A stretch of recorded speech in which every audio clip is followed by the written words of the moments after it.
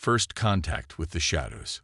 Commander Maya Patel stood on the bridge of the UES horizon, her dark eyes fixed on the peculiar readings flooding her holographic displays. The planet before them shouldn't exist, at least not according to any official star charts.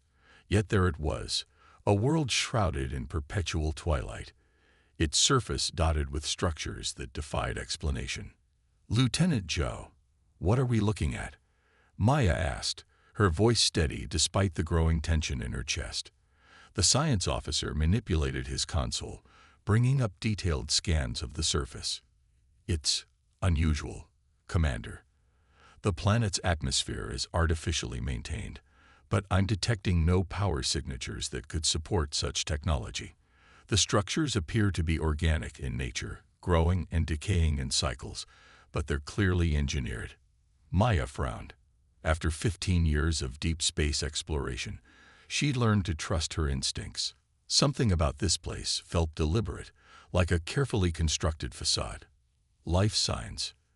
"Yes, but—" Zhao hesitated, recalibrating his instruments. "They're unlike anything in our database. The beings down there seem to exist in a state between matter and energy. If I didn't know better, I'd say they were quantum shadows." The bridge crew exchanged uneasy glances. Humanity had encountered many strange species since achieving faster-than-light travel, but nothing quite like this. The planet had been marked as prohibited space by the Galactic Council, with no explanation given. "Commander," the communications officer called out, "we're receiving a transmission. It's using quantum entanglement." "That's impossible given the level of technology we're detecting." Maya straightened her uniform. "Put it through." The voice that filled the bridge seemed to come from everywhere and nowhere at once, speaking in perfectly accented standard English. "Children of Earth, you have finally come. We are the Umbrans, and we have waited centuries for those who would see beyond the veil. This is Commander Maya Patel of the United Earth Ship Horizon. Your world is listed as prohibited space." "We—" "Yes," the voice interrupted, a note of sadness in its ethereal tone. "We know what they have told the galaxy about us. But you humans, you have always questioned such absolutes. Have you not wondered why a supposedly primitive world would be marked as forbidden by powers that claim to champion exploration and discovery?" Maya glanced at her senior staff, seeing her own curiosity reflected in their faces. The Galactic Council's quarantine protocols were usually reserved for plague worlds or dangerous anomalies. This place felt different. "I'm listening," Maya said carefully. "We were once like you," the voice continued, "seekers of knowledge, builders of wonders. But we discovered something that frightened the elder races, the true nature of consciousness itself. Rather than face what we had learned, they gave us a choice: extinction or exile. We chose a third path." The main view screen shifted, showing impossibly graceful structures that seemed to phase in and out of reality. Within them, shadowy figures moved with deliberate purpose, their forms suggesting both vast intelligence and profound restraint. "The technology you cannot detect, the power signatures that elude your sensors, they are not absent, Commander. They are simply operating on a level of reality your instruments cannot yet perceive. We did not regress. We transcended. But in doing so, we became something the Council feared even more." Maya's tactical officer shifted nervously. "Commander, we're picking up multiple ships dropping out of FTL at the system's edge. Galactic Council signatures. They monitor this sector closely," the Umbran voice explained. "They will order you to leave, threaten sanctions against Earth if you remain. The choice, as always, is yours. But know this, we have watched your species since you first reached for the stars. Of all the races we have observed, you alone might understand what we have become." Maya felt the weight of the moment pressing down on her. Protocol dictated an immediate withdrawal. The Council's authority in these matters was absolute, and Earth couldn't afford a diplomatic crisis. But her instincts, the same ones that had kept her crew alive through countless encounters, told her this was too important to ignore. "The Council ships are hailing us," her communications officer reported. Maya held up her hand, her decision made. "Tell me," she said to the Umbrans, "what happens if we stay?" The response held a note of something she hadn't heard before. Hope. "Then, Commander Patel, we will show you why the most advanced civilizations in the galaxy fear a world that appears to have no technology at all." As if in response to her choice, the shadowy structures below began to pulse with an inner light, revealing patterns and possibilities that challenged everything humanity thought they knew about the nature of existence itself. The real first contact was about to begin. The price of knowledge. Your presence here violates 17 separate council protocols. The holographic image of Ambassador Venn declared, his crystalline form refracting light in patterns that conveyed deep agitation. The human government must understand the consequences of such defiance. Maya stood firm in her ship's conference room, facing down the representatives of 5 different species. Behind her, through the viewport, the twilight world of the Umbrans cast strange shadows across the stars. "With respect, Ambassador," she replied, "no law requires us to abandon a peaceful first contact situation. The Umbrans invited us to stay." A ripple of discomfort passed through the alien delegates. The Mercé representative, a being of living metal, leaned forward. "The Umbrans are quarantined for the galaxy's protection, Commander. They are unstable." Dr. Elena Santos, the Horizon's cynoanthropologist, had been quiet until now, but something in the Mercé's tone made her speak up. "Unstable. We've been in orbit for 3 days. All we've seen is a civilization that appears to have achieved a harmony we can barely comprehend." The third delegate, a Kith-Tull whose floating eyes arranged themselves in a pattern of warning, spoke in measured tones. "What you see is a fraction of the truth. The Umbrans once wielded power that could unravel the fabric of space-time itself. Their current state is necessary." Maya's wrist computer chimed softly, a message from the surface team. She read it quickly, her expression carefully neutral. The Umbrans had just shown her people something that changed everything. "Tell me, Ambassador Venn," Maya said, looking up from the message, "did the Council ever ask the Umbrans what they discovered? Or did you simply fear what you didn't understand?" The crystalline being's facets darkened. "You overstep, Commander. The Council has maintained peace in this galaxy for 10,000 years. We do not need to explain our decisions to." The ship's emergency alert cut through the air, and Lieutenant Cho's voice came over the comm. "Commander, you need to see this. Multiple Council warships just dropped out of FTL. They're charging weapons." Maya locked eyes with the delegates. "It seems some of your colleagues are eager to enforce those protocols. You should return to your ships." As the aliens filed out, Dr. Santos stayed behind. "Maya, what did the surface team find?" Instead of answering directly, Maya brought up a holographic display. It showed what appeared to be a simple garden on the Umbran world, but as the image shifted, layers of reality peeled away like pages in a book. The garden existed in multiple dimensions simultaneously, its caretakers moving through planes of existence as easily as humans walk through doorways. "The Umbrans didn't lose their technology," Maya explained. "They transcended it. They learned to exist as part of the quantum fabric of the universe itself. But that's not what the Council feared most." She manipulated the display, showing readings from the surface team's instruments. "They're teaching our people how to do it too." Elena's eyes widened as she understood the implications. "That's why the quarantine. They're not contained here because they're dangerous. They're contained because they could show other species a different path." "A path the Council doesn't control," Maya agreed. Her wrist computer chimed again, another message from the surface. This one made her smile. "And it seems humans are particularly adept students." The ship shuddered as the first warning shots from the Council vessels passed nearby. Maya moved quickly to the bridge, Dr. Santos following close behind.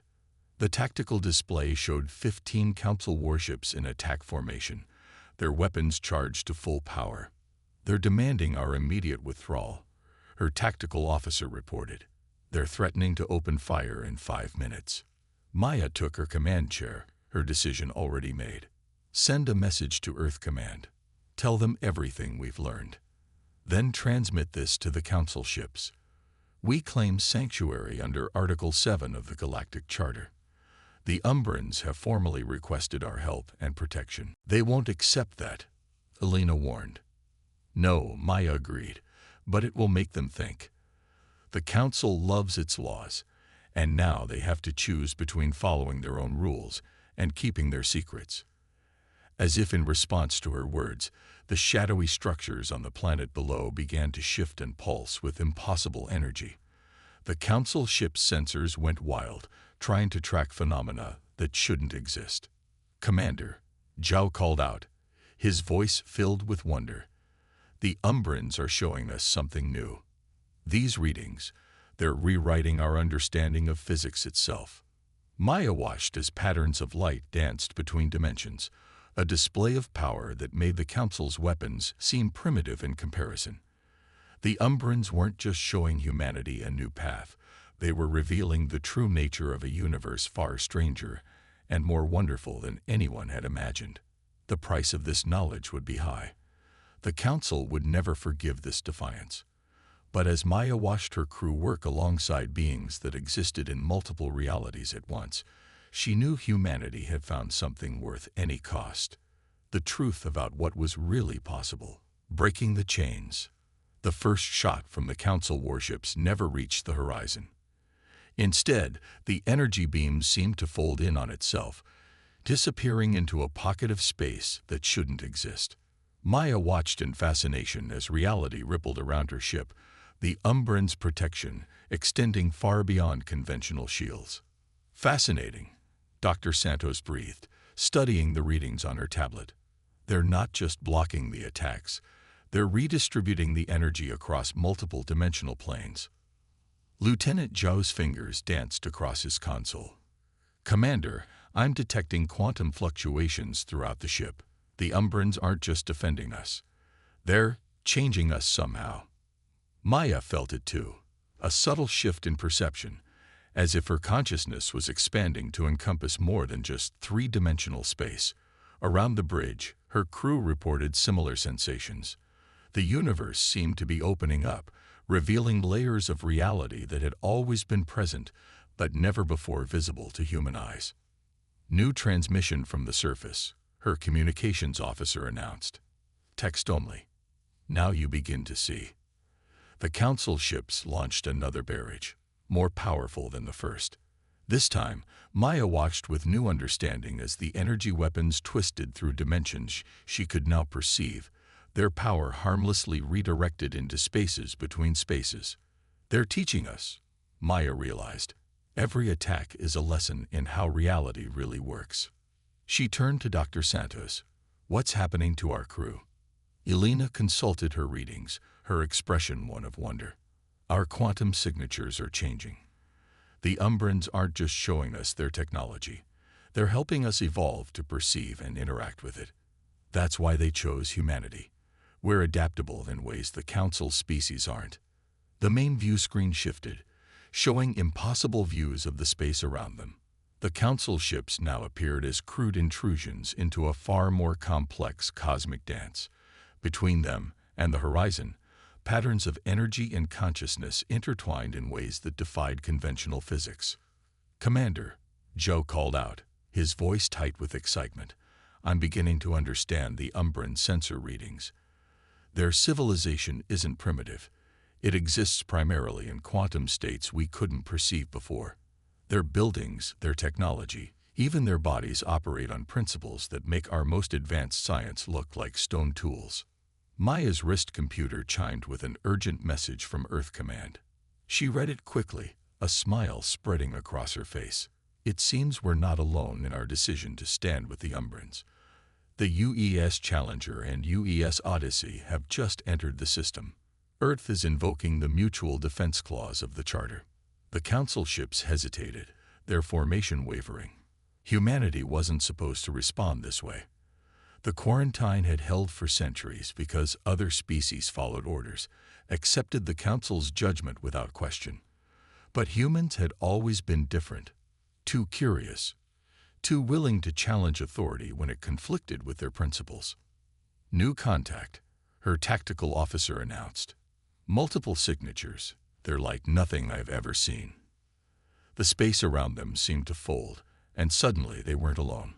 Ships appeared, if they could be called ships at all. They were more like living fragments of space-time, their forms shifting between states of matter and energy. The Umbran defense fleet had revealed itself at last. Message from the surface. Communications reported. The time of hiding is over. You have proven yourselves worthy of the truth. Now we will show you why the Council feared us, not for our weapons, but for the freedom we discovered. Through her enhanced perception, Maya began to understand. The Umbrans hadn't been quarantined because they were dangerous in any conventional sense. They had been isolated because they had found a way to transcend the physical limitations that kept other species dependent on Council technology and Council rules. They're offering to teach us everything, Elena said softly, reading the data streaming across her screen. Their entire history, their science, their understanding of consciousness itself. The Council didn't imprison them to protect the galaxy. They did it to maintain control. Maya stood, watching as reality itself seemed to reshape around them.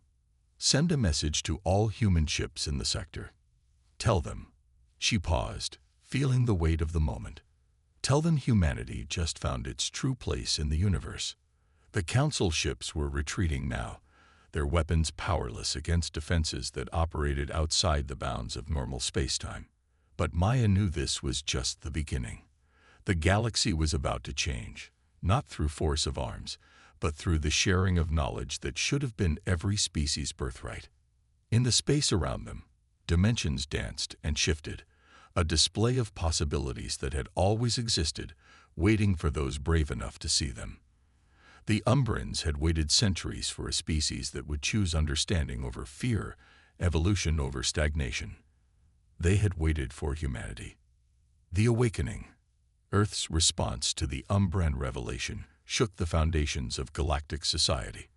Within days, ships from every human colony arrived at the Twilight World, each crew experiencing the same transformation that had begun aboard the Horizon. The Council's threats of sanctions and isolation fell on deaf ears as humanity embraced a future they had always dreamed possible. In her quarters aboard the Horizon, Maya studied her reflection in the mirror, watching the subtle shifts in her perception. Her form remained human, but her consciousness now flowed through dimensions she previously couldn't have imagined. Behind her, an Umbran teacher named Vex manifested as a shifting pattern of quantum possibilities. Your species adapts remarkably fast, Vex observed, their voice resonating across multiple planes of existence. What took our ancestors generations to achieve, you grasp in days. Perhaps because you showed us it was possible, Maya replied, turning to face her mentor. Humanity has always dreamed of transcending our limitations. We just needed to know it could be done. The ship's alert system chimed, calling Maya to an emergency briefing. In the conference room, she found Dr. Santos and Lieutenant Joe, alongside holographic representations of Earth's leading scientists and military commanders. The Council has sealed off 3 major trade routes to Earth space, Admiral Chen reported, his hologram flickering with concern. They're trying to pressure our colonies into demanding withdrawal from Umbran space. Let them, Dr. Santos responded, bringing up a display of the latest research data. What the Umbrans are teaching us makes traditional space travel obsolete. Look at these readings. We're learning to navigate through quantum dimensions that bypass normal space entirely. Maya nodded, understanding the implications. They can't isolate us if we're no longer bound by the same physical laws they are. The meeting was interrupted by an urgent signal from the surface. The main screen filled with an image that defied conventional understanding. A vast network of quantum connections spanning the galaxy, visible only to their enhanced perceptions. We call it the weave, Vex explained, their form shifting through possibilities as they spoke. It connects all things, all consciousness. Your species sees it instinctively now, something the Council races never could. This is why they feared us, and why they will fear you." Lieutenant Joe's eyes widened as he studied the display. These patterns, they're not just connections. They're doorways, aren't they? Ways to move instantly between any points in space. More than that, Vex confirmed. They are paths to understanding the true nature of existence itself. Your quantum scientists theorized about many dimensions, but could never fully perceive them. Now you can not only see them but move through them, shape them, use them to transcend what you once thought possible. A warning klaxon cut through the air. On the tactical display, hundreds of Council ships appeared at the edges of the system. The largest fleet assembled since the last galactic war. They're demanding that all human ships evacuate immediately, communications reported. They're claiming we've been infected by Umbran influence. Maya almost laughed at the irony. The Council saw transcendence as a disease, evolution as corruption. They couldn't understand that humanity had made a conscious choice to embrace this change. "Show them," she said to Vex. "Show them what we've become." The Umbran's form pulsed with approval, and suddenly the space around the human fleet transformed.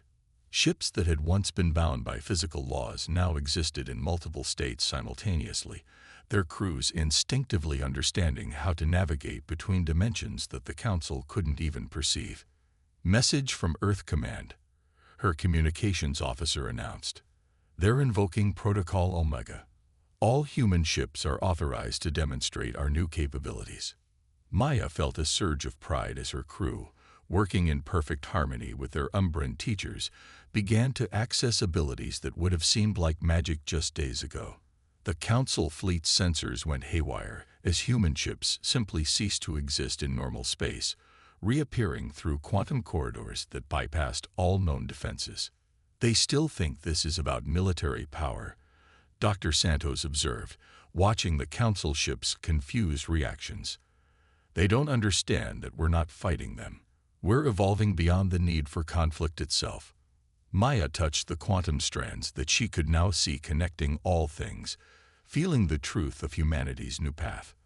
The Umbrans hadn't given them weapons or tactical advantages.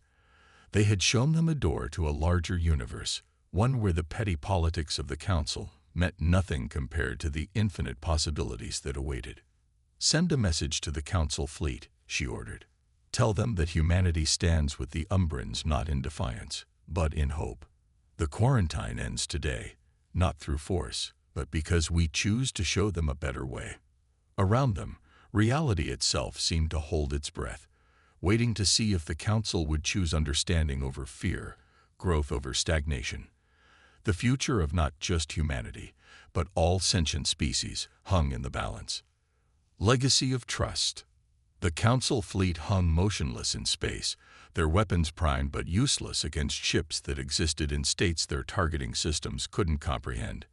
In the quantum dimensions now visible to human perception, Maya could see the confusion and fear radiating from their crews, emotions that transcended species barriers and cultural differences. "They're receiving a transmission from their high command," Lieutenant Zhao reported, his consciousness extending through multiple planes to intercept communications that would have once been undetectable. They're ordering the fleet to open fire." Maya shared a knowing look with Vex, whose quantum form shimmered with something like amusement. "They still don't understand," the Umbran observed. "Even now, they think this is about power." The Council ships launched their attack, filling space with enough firepower to destroy a small moon. But to the transformed human crews and their Umbran allies, the energy weapons were like ripples in a vast ocean, easily redirected, reshaped, and repurposed. "Now," Maya ordered, "show them what we learned." Every human ship acted in perfect synchronization, their crews reaching out through the quantum weave. The energy from the Council's weapons didn't dissipate or reflect. Instead, it transformed, coalescing into patterns of light that revealed the interconnected nature of all things. For the first time, the Council species could see what their fear had denied them for millennia. "Message from the Marseille flagship," communications announced. surprise evident in their voice. Their crew, they're beginning to perceive the weave. Dr. Santos smiled, checking her readings. Of course they are. We're not blocking their weapons, we're showing them what lies beyond them. The very energy they meant to destroy us with is opening their consciousness. Through the quantum dimensions, Maya could sense the change spreading through the Council fleet. Centuries of conditioning and fear began to crack as crews saw reality as it truly was, not a battlefield to be conquered, but a vast tapestry of consciousness waiting to be explored. Your species has done what we could not, Vex said, their form expanding to encompass multiple possibilities at once. We showed you the door, but you chose to hold it open for others to follow. The main screen shifted, showing impossible views of space around them. Council ships began powering down their weapons as their crews experienced the first glimpses of transcendence. Some resisted, clinging to their old understanding, but enough embraced the change to make war impossible. We're receiving requests for contact from 17 Council worlds, Job reported. Their populations are demanding to know the truth about the Umbrans, and about us. Maya stood at her command station, feeling the quantum strands of possibility weaving through reality. The quarantine wasn't just of the Umbrans, she realized. It was of an idea, that consciousness could evolve beyond physical limitations, beyond the need for control and hierarchy. A truth that could not be contained forever, Vex agreed. We waited centuries for a species that would not only understand this, but would choose to share it freely. Your adaptability made you perfect students, but your compassion made you perfect teachers. Through their enhanced perceptions, the crew of the Horizon watched as the ripples of change spread across the galaxy. The Council's authority, built on technological superiority and rigid control, meant nothing in the face of a transformation that rendered such power obsolete. Message from Earth Command. Communications called out. They're reporting similar awakenings on every world receiving our transmissions. The Council's member species, they're choosing to evolve. Dr. Santos brought up a display showing the quantum connection spreading between worlds, consciousness reaching across the barriers of space and species. It's not just about transcending physical limitations, she observed. It's about transcending the limitations we place on ourselves. Fear, distrust, the need to dominate. The Council fleet began to disperse, not in retreat but in transformation. Ships that had arrived as enemies departed as students, their crews beginning a journey that humanity had helped pioneer. The quarantine that had contained the Umbrans for centuries didn't end with a battle, it ended with an awakening. Maya turned to Vex, seeing not just their quantum form but the wisdom of ages carried within it. What happens now? The Umbrans' response resonated across multiple dimensions of reality. Now we explore together. Your species has proven that evolution need not lead to isolation, that transcendence can be shared rather than hoarded. The galaxy awakens not to conquest or submission, but to possibility. Around them, the quantum weave pulsed with new connections as more species began to perceive it. The Council's fear had held back not just the Umbrans, but all sentient life from reaching their true potential. Humanity's choice to stand with the mysterious beings on a quarantined world had broken chains that bound not just bodies, but minds and souls. Send a message to all ships, Maya ordered, watching as reality itself seemed to celebrate their victory. Tell them that the real journey is just beginning. In the space around them, dimensions danced with possibilities that no species had to face alone. The legacy of humanity's trust in the Umbrans would echo through time not as a story of conflict and power, but as proof that the greatest revolutions come not from the force of arms, but from the courage to embrace the unknown and share what is learned with all who wish to follow.